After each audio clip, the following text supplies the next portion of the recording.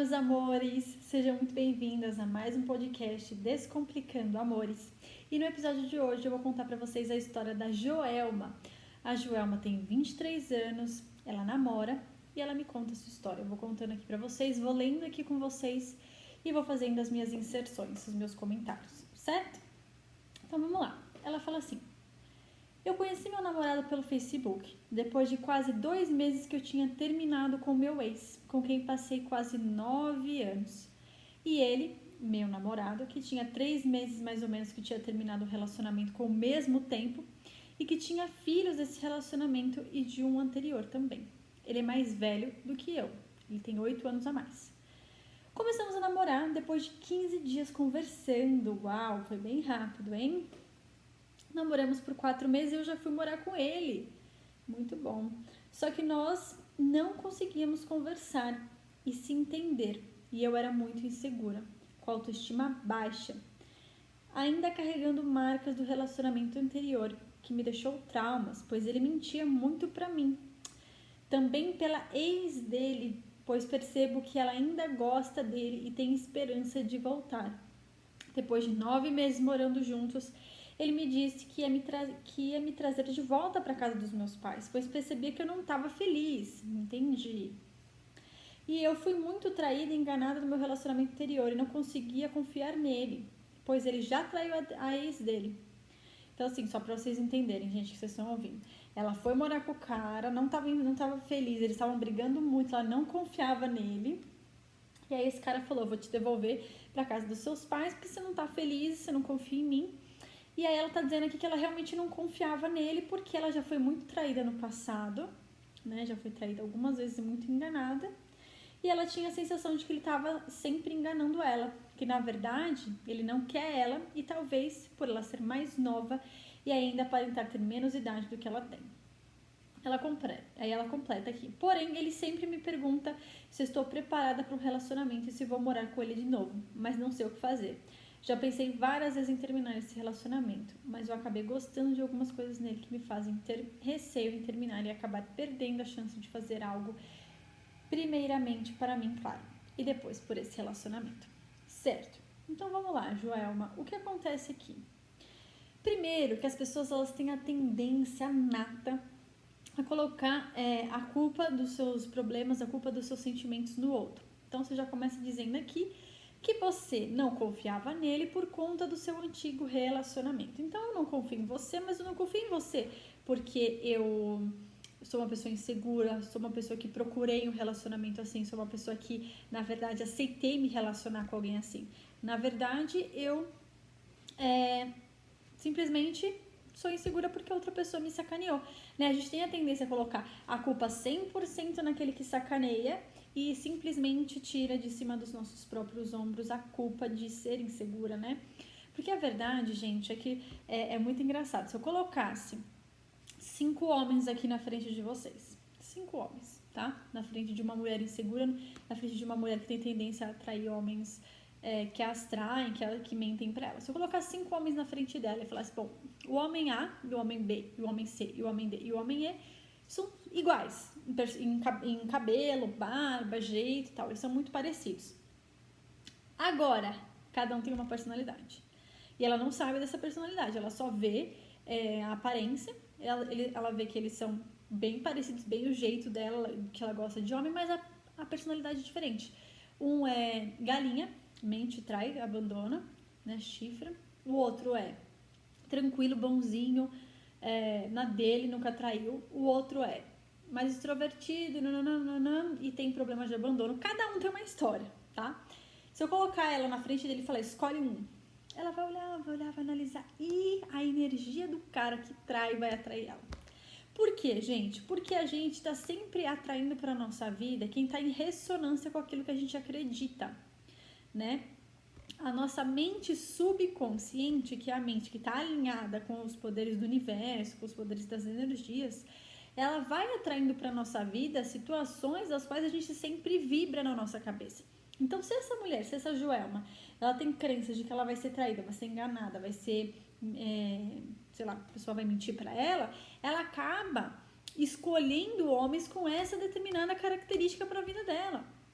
para reforçar a crença de que tá vendo só, eu tô certa de não acreditar nos homens, eles são uns galinhas. Eu tô certa de achar que eu vou ser traída toda hora, porque eles vão lá e traem. Então eu tenho um ponto aqui, né? E talvez a Joelma tenha um ponto mesmo, porque os homens que ela atrai não são bacanas para ela. Mas isso não significa que todos os homens são assim. Na verdade, os homens que a Joelma se relaciona são assim. Porque, na verdade, essa crença de que os homens não são bons para ela não começou no último relacionamento da Joelma. Começou lá na infância. Só que a Joelma não se tocou disso, certo? O primeiro relacionamento dela amoroso, desse de 9 anos, não é à toa que foi com um cara que trai ela, um cara que enganou ela, um cara que fez todas as coisas com ela. No fundo, a Joelma queria aquilo. No fundo, no inconsciente, a Joelma achava que era só isso que ela merecia. E aí a Joelma vai ter que entender, meu amor, se você tá ouvindo isso, se por acaso a história do seu pai e da sua mãe tem ressonância com isso aqui. Você já viu sua mãe ser traída? Você já viu sua mãe ser enganada? Você já ouviu dela alguma coisa do tipo de que homens não são bons, de que homens traem, de que homens não são confiáveis? Isso já aconteceu na sua vida? Você já ouviu ela falando isso?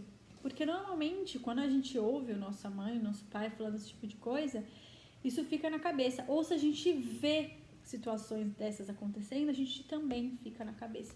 O inconsciente da criança acredita que aquilo é a verdade, ela fica atraindo situações para reforçar isso. Certo? Então, João, isso aconteceu muito antes desse seu relacionamento de 9 anos em que teve traição. Isso começou lá atrás e você simplesmente materializou isso para sua vida. Então, quando a Joelma terminou o relacionamento dela de 9 anos em que ela foi traída, ela estava com uma crença mega estabelecida. Eu vou ser traída, eu vou ser enganada, porque esse meu relacionamento fez isso. Ela já entrou com essa sensação de vítima, de que é enganada e de que ela é a coitada. Entrou no relacionamento com outro cara e ela trouxe toda essa bagagem. E ela começa a jogar nele, essas inseguranças, começa a jogar nele. E assim, gente, aí ele falou que queria te devolver para casa dos seus pais, jogando a responsabilidade para você, né? Porque as pessoas, elas entendem muito claramente isso. Parece que assim, ou a culpa é de um ou a culpa é do outro. Não, gente, cada pessoa tem seu 50% de responsabilidade. A responsabilidade da Joelma de ser desconfiada, ciumenta, possessiva, ter as crenças limitantes dela com relação aos homens, é os 50% dela. Os 50% dele foi ter atraído uma mulher como a Joelma, que fica toda hora duvidando dele, fica toda hora colocando defeito dele, fica toda hora criticando ele. É a saga dele, né? Cada um tem a sua própria saga, seus próprios 50%. Aí ele faz e fala o quê? Não vamos consertar o relacionamento. Na verdade, eu vou te devolver para casa dos seus pais. Aí Joelma vai para casa dos pais dela. E aí ela diz assim, que ele diz pra ela que ele não sabe se quer voltar, né, pra casa, pelo que eu entendi. E aí até pergunta se ela tá preparada pra ter um relacionamento sério e morar com ele. E ela fala que ela não sabe, porque tem coisas que ela gosta nele e ela tá com medo de largar a mão desse relacionamento. Bom, Joelma, esse relacionamento só vai dar certo quando você assumir os seus 50% e o seu namorado assumir os 50% dele, porque é muito fácil a gente jogar as nossas questões para outras pessoas. Já que você não pode obrigar o seu namorado a ser diferente, você pode começar com a mudança, porque, gente, a nossa parte a gente pode fazer. Isso é uma coisa que eu falo muito, e é muito sério, porque quando eu jogo a minha responsabilidade para outra pessoa, eu pego e falo assim, beleza, a responsabilidade está com o meu marido de fazer diferente, porque ele é o problema. Eu fico o quê? Eu dei pra ele as rédeas da minha vida. Eu vou ficar esperando ele mudar. Eu vou ficar esperando ele fazer diferente, sendo que eu sou a única pessoa que posso transformar a minha vida. Então, eu sempre falo para minhas alunas, a parte de vocês têm que fazer. Então, vamos fazer a sua parte, Joana. A sua parte é entrar num processo de autoconhecimento. Entrar num processo profundo de autoconhecimento, onde você vai entender da onde que vem suas questões, da onde que vem suas crenças limitantes, da onde que vem as suas dificuldades, a sua insegurança, que faz com que você jogue no outro aquilo que não é do outro, é seu, essa sua insegurança é sua, essa sua dificuldade é sua. Quando você entender isso, você vai conseguir trabalhar isso dentro de você e ganhar amor próprio, para não ficar jogando para ele essas frustrações. E o relacionamento vai passar a ser mais leve. Talvez com a sua mudança, o seu namorado comece a fazer a mudança dele, comece a perceber o lado dele, comece a agir da forma talvez que você gostaria. Então, a verdade é que não existe o problema no externo. A gente tem que cuidar do interno. A gente tem que cuidar daquilo que nos cabe. Todas as pessoas têm questões, todas as pessoas têm traumas, todas as pessoas têm dificuldades. A única diferença de quem consegue fazer diferente na sua própria vida e de quem não consegue é que as pessoas que conseguiram, elas entraram num caminho profundo de autoconhecimento. Elas mergulharam dentro delas mesmas. Elas mergulharam dentro do seu universo e acharam a cura. A verdade é que a gente fica fugindo da gente mesmo. A gente conhece o outro, a gente estuda o outro, a gente quer saber tudo da outra pessoa, mas da gente mesmo a gente quer saber pouco.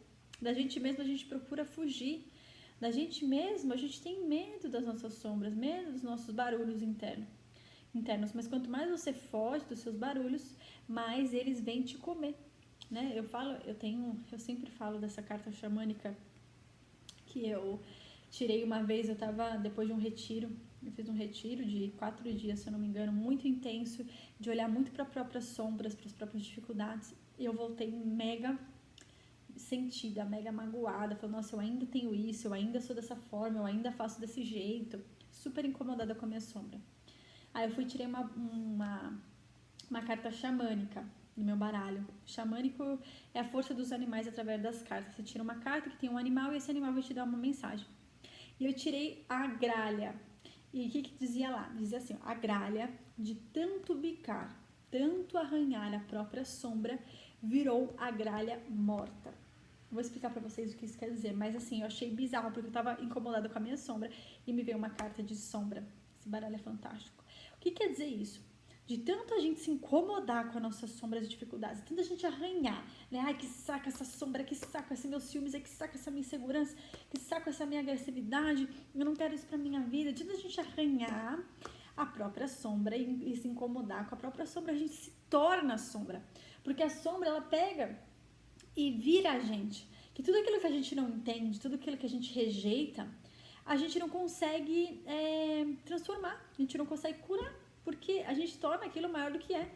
É que nem o bicho-papão embaixo da cama, né? Você já viu aquela coisa da criança que ela fala, meu Deus, tem um bicho-papão aqui embaixo da cama. Ela fica com tanto medo, ela acha que tem um bicho embaixo da cama dela, fica com tanto medo que ela não consegue nem se mexer, ela dorme toda encapuzada. Eu dormia toda encapuzada embaixo da cama, com medo, e ela não chamava a mãe dela. E aí teve uma vez que a mãe dela chegou, ligou a luz e falou, o que foi, meu filho? Por que você tá embaixo dessa... como é que fala, gente? Cobertor. Por que você tá embaixo do cobertor, meu filho? Ai, mãe, porque eu tô com medo do bicho-papão. Que bicho-papão? Ela acendeu a luz e mostrou pra ele embaixo da cama. Não tem bicho-papão aqui. Não tem, mamãe, bicho-papão? Não tem, meu filho. Isso aqui é só o escuro. O escuro, ele é só uma outra forma de luz, né? Existe o escuro e existe a luz. Pra gente reconhecer a luz, a gente tem que saber o que é o escuro, pra gente dar valor para as coisas boas, mas o escuro, ele vem para nos trazer relaxamento, ele vem para fazer a gente dormir, mas tá tudo bem, não tem nada no escuro que não tenha na luz. Quando você acende a luz, tá tudo aqui que tava quando não tinha luz. Então fica tranquilo, meu filho. Aí o filho falou, tá bom, mamãe, e dormiu. E aquilo foi importante para aquela criança, porque quando a mamãe não falou aquilo, ele achou que no escuro tinham muitas coisas terríveis. Em vez de encarar o escuro, que ele achava que tinha coisas terríveis, ele ficava imaginando e rejeitando e se escondendo e fugindo do escuro. E o escuro parecia muito maior do que era e acabou devorando a própria gralha, né? Quando a gente fala da gralha da carta que eu tirei. Quando, na verdade, a gente só precisa olhar para o escuro, entender que tá tudo bem, que a gente é luz e a gente é sombra. E a gente precisa acolher essa nossa parte que sofre. Quanto mais eu quero excluir a parte que sofre, mais eu fico presa a ela, porque eu rejeito ela. E a gente não pode rejeitar quem somos. A gente tem que sempre acolher todos os nossos lados, todas as nossas faces, certo? Então, basicamente, o que eu tô querendo te dizer com tudo isso é que se você tem essa dificuldade com a insegurança, essa dificuldade com a insegurança que você tem com relação a você mesmo, com os seus traumas, com a confiança no outro, você precisa olhar para isso e entender de onde isso vem, de onde que isso vem dentro de você, quando que isso começou. Gente, eu falo para minhas alunas, eu não dou o peixe para você, eu te ensino a pescar para que você não precise de mim mais, né? Porque tem muito terapeuta que faz o paciente ficar o quê? Preso a ele por muitos anos, porque o paciente precisa estar lá para ele se sentir acolhido, se sentir bem. Não, eu te ensino a você se acolher para que você possa fazer por você o que mais ninguém pode. Então, João, se eu fosse dizer para você algo, eu diria para você, entenda você, se estude, se conheça, se ame, se abrace, se dê o valor. para que depois você consiga entender as limitações e as dificuldades do outro e não projete nele algo que é seu. Não projete nesse relacionamento inseguranças do passado que são suas. Não é dele. Ele não tem nada a ver que seu ex-namorado te traiu. Não tem nada a ver que você teve essas dificuldades. Ele não precisa receber esse montante de bagagem que não vem dele, vem de muito atrás, vem de uma criança que foi ferida. E a gente junta a bagagem da criança que foi ferida junto com os relacionamentos que fizeram a gente sofrer e joga toda essa bosta na outra pessoa, achando que ela tem que lidar com essa bosta. Ela tem que lidar com essa minha dificuldade, ela tem que lidar com as minhas inseguranças. Eu não tenho que lidar. Eu jogo tudo pra você e você que se vire. Você que lide com isso, porque eu não quero lidar.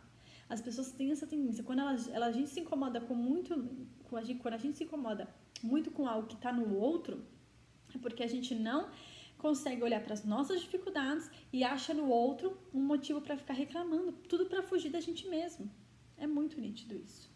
Então, meus amores, é isso que eu tenho para dizer para a Joelma hoje. A Joelma precisa se abraçar, se acolher, se entender, para que a insegurança dela não seja jogada para outra pessoa que não tem nada a ver, né? E aí vai ficar muito mais fácil para você conviver com ele. Porque quando você entende que a insegurança é sua e não das atitudes dele, você para de se desconfiar. Eu já fui essa pessoa, eu consegui sair desse lugar, eu consegui sair da desconfiança, eu consegui sair da projeção, né, de jogar no outro que é meu. Eu consegui sair disso e hoje eu não tenho mais ciúmes, hoje eu não atormento a vida do meu marido mais, de como eu já fiz. Eu simplesmente sei que é meu, é dele, que hoje eu sei lidar comigo mesma. Mas isso é um processo, né? É um processo. Todos os dias a gente tem, todos os dias a gente luta, todos os dias a gente se esforça para isso acontecer. E você precisa se esforçar do seu lado, reconhecer o seu lado e agir com o seu lado. Se o outro vai agir do lado dele, é problema do outro. Mas a nossa parte a gente tem que sempre fazer. Né, meus amores? É isso. Esse foi mais um podcast Descomplicando Amor. Espero que vocês tenham gostado. E até mais. Vejo vocês.